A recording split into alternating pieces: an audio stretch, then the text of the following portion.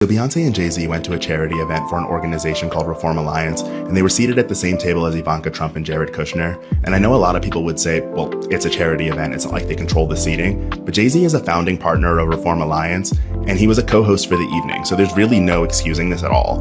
Like, why were Jared Kushner and Ivanka Trump even invited to this? Like, are you willing to die on the hill of capitalism that bad that you're going to align yourselves with a family that has, one, talked trash about you in public constantly? Like, you look goofy sitting there smiling in her face with all the things that her dad has said about you specifically.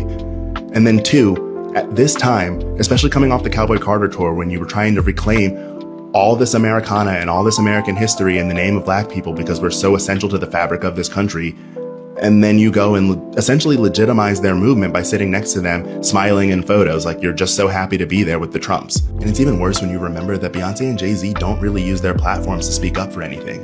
Aside from that one campaign appearance for Kamala Harris, they've been silent about most major issues. They haven't talked about what Israel is doing in Gaza. They haven't talked about what's happening in Sudan. They haven't talked about gun control in this country or women's reproductive health. They've been radio silent on basically every major issue until they want money from us, and then they start putting those aesthetics in their music so that they can act like revolutionaries while doing things like this.